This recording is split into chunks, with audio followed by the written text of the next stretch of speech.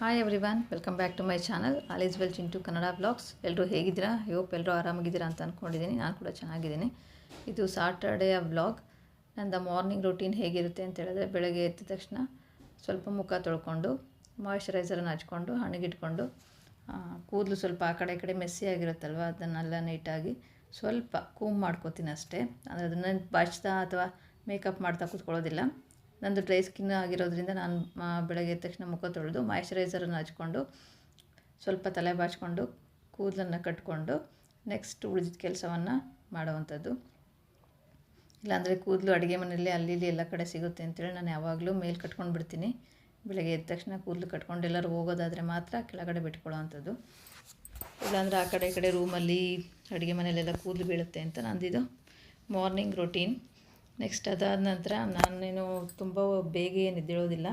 ಅಕಸ್ಮಾತ್ ಬೇಗ ಇದ್ದರೂ ಕೂಡ ಸ್ವಲ್ಪ ಟೈಮ್ ಇದ್ದರೆ ಯೋಗ ಅಥವಾ ಮೆಡಿಟೇಷನ್ ಏನಾದರೂ ಮಾಡ್ಕೋತೀನಿ. ಅದೆಲ್ಲ ಮಾಡಿದ್ಮೇಲೆ ನಮ್ಮದು ನಾರ್ಮಲಾಗಿ ಕಾಫಿ ಟೀ ಕುಡಿತೀವಿ. ಬೆಳಗ್ಗೆ ಎದ್ದ ತಕ್ಷಣ ಸ್ವಲ್ಪ ಬಿಸಿನೀರು ಕುಡಿದು ಕಾಫಿ ಟೀಯನ್ನು ಕುಡಿತೀವಿ. ಅದನ್ನು ಕೂಡ ಬಿಸಿನೀರು ಕುಡಿದು ಕಾಫಿ ಟೀ ಕುಡಿದು ನೆಕ್ಸ್ಟ್ ಯಾಕೋ ನೈಟೇ ಆಲ್ಮೋಸ್ಟ್ ಪ್ಲ್ಯಾನ್ ಮಾಡಿರ್ತೀನಿ ಏನು ತಿಂಡಿ ಮಾಡೋದು ಅಂತ. ಹಾಗಾಗಿ ಗಜ್ಜಿ ಏನು ಮಾಡ್ಕೊಳ್ಳೋದಿಲ್ಲ ಬೆಳಗ್ಗೆ ಎದ್ದ ತಕ್ಷಣ. ಹಾಗೆ ನಮ್ಮಲ್ಲಿ ಚಿಕ್ಕ ಚಿಕ್ಕ ಮಕ್ಕಳಿರೋದ್ರಿಂದ ಸ್ವಲ್ಪ ಗಲೀಜು ಮಾಡ್ತಾ ಇರ್ತಾರೆ. ಸೋಫಾಯಲ್ಲಿ ಯಾಕೋ ಹೂವೆಲ್ಲ ಕಿತ್ತಾಕಿ ರಾತ್ರಿ ತುಂಬ ಗಲೀಜು ಮಾಡಿದ್ರು ಅನಿಸುತ್ತೆ. ಅದನ್ನು ಕ್ಲೀನ್ ಮಾಡ್ಕೊಳ್ಳೋಣ ಅಂಥೇಳಿ ಮಾಡ್ತಾಯಿದ್ದೆ. ಅಲ್ಲಿ ತಿಂಡಿಗೆ ಕೂಡ ಆಲ್ಮೋಸ್ಟ್ ಪ್ರಿಪೇರ್ ಮಾಡಿದ್ದೀನಿ. ಎಲ್ಲ ಹೆಚ್ಚಿಟ್ಕೊಂಡಿರೋವಂಥದ್ದು ಎಲ್ಲ ರೆಡಿ ಮಾಡಿ, ಇದ್ಯಾಕೋ ಸೋಫಾ ತುಂಬ ಗಲೀಜಾಗಿ ಮೆಸ್ಸಿಯಾಗಿ ಕಾಣಿಸ್ತಾ ಇತ್ತು ಅಂಥೇಳಿ ಅದನ್ನು ಕ್ಲೀನ್ ಮಾಡ್ಕೊಳ್ಳೋಣ ಅಂತ ಮಾಡ್ಕೊಳ್ತಾ ಇದ್ದೆ. ನೀನು ತಿಂಡಿ ಅಷ್ಟೇ. ಹಾಗೆ ನಮ್ಮ ಮನೆಗೆ ಒಂದು ಗೆಸ್ಟ್ ಬಂದಿದೆ, ನಾಯಿ ಮರಿ. ಇದಕ್ಕೆ ಗಾನು ಎಲ್ಲ ಟಿಂಕು ಅಂತ ಇಟ್ಟಿದ್ದಾರೆ. ಮೇಲೆ ಅದು ಕೂಡ ಆಟ ಆಡ್ತಾ ಇತ್ತು. ಬೆಳಗ್ಗೆ ಮೇಲೆ ಬಂದು ನೋಡ್ತಾನೆ, ಮೇಲೆ ಬಿಟ್ಟಿದ್ದೀವಿ ಅದನ್ನು, ಆಟ ಆಡ್ತಾ ಇತ್ತು. ಹಾಗೆ ತಿಂಡಿಗೆ ಇವತ್ತು ನಾನು ಹೆಸರು ಕಾಳು ಮತ್ತು ಅಲಸಂದೆ ಕಾಳು ಪಲ್ಯ ಮತ್ತು ಚಪಾತಿ ಮಾಡೋಣ ಅಂತ ಅಂದ್ಕೊಂಡಿದ್ದೀನಿ. ನೋಡ್ತಿರ್ಬೋದು, ಅಲ್ಲಿ ಒಗ್ಗರಣೆಗೆಲ್ಲ ಇಲ್ಲಿ ಕಟ್ ಮಾಡಿ ಇಟ್ಕೊಂಡಿದ್ದೀನಿ. ಈರುಳ್ಳಿ, ಟೊಮೆಟೊ ಮತ್ತು ಕೊತ್ತಂಬರಿ ಸೊಪ್ಪು ಎಲ್ಲನೂ ಒಂದು ತಟ್ಟೆಯಲ್ಲಿ ಕಟ್ ಮಾಡಿ ಇಟ್ಕೊಂಡಿದ್ದೀನಿ. ಹಾಗೆ ತೆಂಗಿನಕಾಯಿ ಕೂಡ ಈ ರೀತಿ ಕಾಯೆಲ್ಲ ತುರಿದು ಫ್ರಿಜ್ಜಲ್ಲಿ ಇಟ್ಕೊಂಡಿರೋದ್ರಿಂದ ಅಡುಗೆ ಮಾಡೋ ಕೆಲಸ ಅಥವಾ ತಿಂಡಿ ಮಾಡೋ ಕೆಲಸ ಬೆಳಗ್ಗೆ ಗಡಿಬಿಡಿ ಅಂತ ಏನೂ ಅನಿಸೋದಿಲ್ಲ. ನೋಡಿ, ಚಪಾತಿ ಹಿಟ್ಟು ಕೂಡ ನಾನು ಕಲಸಿಟ್ಟಿದ್ದೆ ಆಲ್ರೆಡಿ. ಒಂದು 10 ನಿಮಿಷ ಅದು ನೆನ್ಕೊಳ್ಳಿ ಅಂತೇಳಿ ಅದನ್ನು ಬಿಟ್ಟು ಇನ್ನು ಉಳಿದಿದ್ದ ಕೆಲಸ ಮಾಡ್ಕೊಳ್ಳೋಣ ಅಂತ ಅಲ್ಲಿ ಕ್ಲೀನ್ ಮಾಡ್ತಾಯಿದ್ದೆ ಅಷ್ಟೇ. ಹಾಗೆ ಹೆಸರು ಕಾಳು ಮತ್ತು ಅಲಸಂದೆ ಕಾಳು ಪಲ್ಯ ಮಾಡೋದಕ್ಕೆ ಕಾಳೆಲ್ಲ ಕ್ಲೀನ್ ಮಾಡಿಕೊಂಡು ನಾನು ಕುಕ್ಕರಲ್ಲೇ 1-2 ವಿಷಲ್ ಹೊಡಿಸಿ ಆಮೇಲೆ ಒಗ್ಗರಣೆ ಹಾಕ್ಕೊಳ್ತೀನಿ.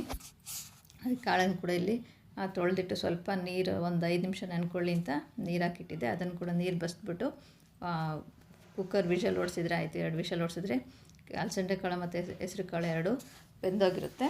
ನೆಕ್ಸ್ಟ್ ಒಗ್ಗರಣೆ ಹಾಕಿದ್ರೆ ಆಯಿತು. ನಾನು ಒಗ್ಗರಣೆಗೆ ಈರುಳ್ಳಿ, ಟೊಮೊಟೊ ಅಷ್ಟೇ ಹಾಕಿರುವಂಥದ್ದು. ನೆಕ್ಸ್ಟು ಖಾರದ ಪುಡಿ, ಸಾಂಬಾರು ಪುಡಿ ಎಲ್ಲ ಹಾಕಿ ಅದನ್ನು ಸ್ವಲ್ಪ ಫ್ರೈ ಮಾಡಿಕೊಂಡ್ರೆ ಹೆಸರು ಕಾಳು ಅಲಸಂದೆ ಕಾಳು ಪಲ್ಯ ರೆಡಿ ಆಯಿತು. ಇಲ್ಲಿ ಚಪಾತಿ ಕೂಡ ನಾನು ಲಟ್ಟಿಸ್ಕೊಳ್ತಾ ಇದ್ದೀನಿ. ನೋಡಿ, ಬೆಳಗ್ಗೆ ತಿಂಡಿಗೆ ಚಪಾತಿ ಮಾಡೋದು ಅಂತ ಹೇಳಿದ್ರೆ ಸ್ವಲ್ಪ ಗಡಿಬಿಡಿ ಆಗುತ್ತೆ. ಆದರೂ ಹಿಂದಿನ ದಿನವೇ ಎಲ್ಲ ಪ್ರಿಪೇರ್ ಮಾಡಿರೋದ್ರಿಂದ ಏನೂ ತೊಂದರೆ ಆಗೋದಿಲ್ಲ. ಹಾಗೆ ನನಗೆ ಒಂದು ಗೃಹ ಪ್ರವೇಶಕ್ಕೆ ಕೂಡ ಹೋಗೋದಿತ್ತು ಇಲ್ಲೇ ಮನೆ ಹತ್ರ. ಅಲ್ಲಿಗೆ ಕೂಡ ಬಂದೆ ನಾನು. ನೋಡ್ತಾ ಇರ್ಬೋದು, ಸಿಂಪಲ್ಲಾಗಿರೋವಂಥ ಗೃಹ ಪ್ರವೇಶ. ಮನೆಗೆ ಮುಖ್ಯವಾಗಿ ಬೇಕಾಗಿರೋವಂಥದ್ದು ಒರಳುಕಲ್ಲು ನೋಡಿ ತಂದಿಟ್ಟು ಇಲ್ಲಿ ಪೂಜೆ ಮಾಡಿದ್ದಾರೆ ಮತ್ತು ಕಳಸವನ್ನು ಸ್ಥಾಪನೆ ಮಾಡಿದ್ದಾರೆ. ಅಂದರೆ ಅಡುಗೆ ಮನೆ ಫಸ್ಟು, ಗೃಹ ಪ್ರವೇಶಕ್ಕೆ ಅಡುಗೆ ಮನೆ ಪೂಜೆ ಅದನ್ನು ಇಲ್ಲಿ ಮಾಡಿದ್ದಾರೆ. ನೋಡಿ, ಉಪ್ಪನ್ನು ಇಟ್ಟಿದ್ದಾರೆ, ಹಾಲು ಉಕ್ಸಿದ್ದಾರೆ. ಮನೆಯಲ್ಲಿ ಹಾಲುಕ್ಕೋ ಥರ ಮನೆ ಸಮೃದ್ಧಿಯಾಗಲಿ ಅಥವಾ ಸುಭಿಕ್ಷವಾಗಿ ಬೆಳೀಲಿ ಅಂತೇಳಿ ಆ ಮನೆಯ ಯಜಮಾನಿ ಹಾಲನ್ನು ಉಕ್ಸೋವಂಥದ್ದು, ಯಜಮಾನಿನೇ ಹಾಲು ಉಕ್ಸೋದು.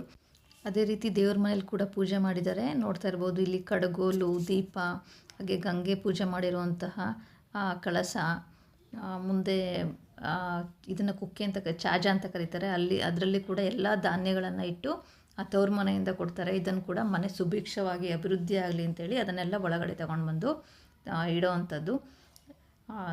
ಈ ಕಡಗೋಲಂತೂ ಮುಖ್ಯವಾಗಿ ಗೃಹ ಪ್ರವೇಶಕ್ಕೆ ಇಟ್ಕೊಂಡು ಬರ್ತಾರೆ.